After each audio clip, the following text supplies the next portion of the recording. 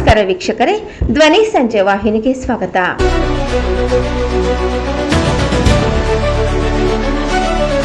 ಇವತ್ತು ನಿಮ್ಗೆಲ್ಲ ಗೊತ್ತಿದೆ, ಎಲ್ಲರಿಗೂ ನಮಸ್ಕಾರ. ಇವತ್ತು ಗೊತ್ತಿದೆ ನಿಮ್ಮೆಲ್ಲರಿಗೂ ರಾಜಕೀಯ ಏನು ಒಂದು ಆಗ್ತೈತೆ ಇವತ್ತು ನಮ್ಮ ಕರ್ನಾಟಕ ರಾಜ್ಯದಲ್ಲಿ. ನಿನ್ನೆ ಸನ್ಮಾನ್ಯ ಸಾಹೇಬರು, ಮುಖ್ಯಮಂತ್ರಿ ಆದ ಸಿದ್ದರಾಮಯ್ಯ ಸಾಹೇಬರು ನಿನ್ನೆ ರಾಜೀನಾಮೆಯನ್ನು ಸಲ್ಲಿಸಿದ್ದಾರೆ. ಈ ನಮ್ಮ ಹೈಕಮಾಂಡ್ ಅವರ ಆದೇಶ ಮೇರೆಗೆ ಸಿದ್ದರಾಮಯ್ಯ ಸಾಹೇಬರು ಜನಪರ 700 ಕೋಟಿ ಅವರ ಆಶೀರ್ವಾದ ಪಡೆದ ನಾಯಕರು ಯಾರಂದ್ರೆ ಸಿದ್ದರಾಮಯ್ಯ ಸಾಹೇಬರು. ಅವರು ಇವತ್ತೇನೋ ಒಂದು ರಾಜೀನಾಮೆ ಸಲ್ಲಿಸಿದ್ದಾರೆ ಹೈಕಮಾಂಡ್ ಅವರ ಆದೇಶ ಮೇರೆಗೆ. ಈಗ ನೆಕ್ಸ್ಟ್ ಅದು ಒಂದು ಒಂದು ಒಂದು ವಿಚಾರ ಏನಂದ್ರೆ, ಇವತ್ತು ಸಿದ್ದರಾಮಯ್ಯ ಸಾಹೇಬ್ರ ತರ ಲೀಡರ್ ನಾವು ಯಾವತ್ತೂ ನೋಡಕ್ಕಾಗಲ್ಲ, ಇದು ಮುಂದೆನೂ ನೋಡಕ್ಕಾಗಲ್ಲ. ನಮ್ಗೆಲ್ಲ ಸ್ವಲ್ಪ ಬೇಸರ ಆಗಿದ್ರು ನಾಯಕರಿಗೆ ದಾರಿ ಮಾಡಿಕೊಟ್ಟಿದ್ದಾರೆ ಅವರು. ಯಾರೆಲ್ಲ ನಮ್ಮ ಡಿ ಕೆ ಸಾಹೇಬ್ರು ಆದ್ರಿ, ಉಪಮುಖ್ಯಮಂತ್ರಿ ಆದ ಡಿ ಕೆ ಸಾಹೇಬ್ರಿಗೆ ಒಂದು ದಾರಿ ಮಾಡಿಕೊಟ್ಟಿದ್ದಾರೆ, ಯುವಕರಿಗೆ ಒಂದು ದಾರಿ ಮಾಡಿಕೊಟ್ಟಿದ್ದಾರೆ, ಅದು ಒಂದು ಆದೇಶ ಕೊಟ್ಟಿದ್ದಾರೆ ಸಿದ್ದರಾಮಯ್ಯ ಸಾಹೇಬ್ರು. ಇದೆಲ್ಲರಿಗೂ ನಮ್ಮ ಪಕ್ಷದ ಎಲ್ಲ ಒಂದು ಕಾರ್ಯಕರ್ತರಿಗೂ ಇದೊಂದು ಸಮಾಧಾನ ತಂದಿದೆ.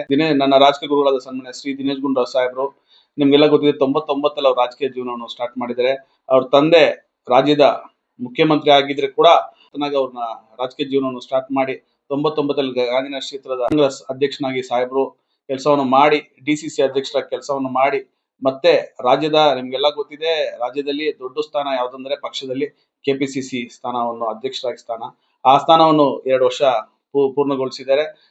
ಹೆಚ್ಚಾಗಿ ಜನರ ಪರವಾಗಿ ಕೆಲಸ ಮಾಡಿದ್ದಾರೆ. 2 ಬಾರಿ ರಾಜ್ಯದಲ್ಲಿ ಮಂತ್ರಿಯಾಗಿ ಕೆಲಸ ಮಾಡಿದ್ದಾರೆ. ಅವರು food and civil supply minister ಆಗಿರುವಾಗ ಅವರು ಏನೊಂದು ಅನ್ನಭಾಗ್ಯ ಸ್ಕೀಮ್, ಅವತ್ತು ನಮ್ಮ ಸನ್ಮಾನ್ಯ ಸಿದ್ದರಾಮಯ್ಯ ಸಾಹೇಬರು ಮುಖ್ಯಮಂತ್ರಿ ಆಗಿದ್ರು, ನಮ್ಮ ದಿನೇಶ್ ಗುಂಡೂರಾವ್ ಸಾಹೇಬರು food and civil supply minister ಆಗಿದ್ರು.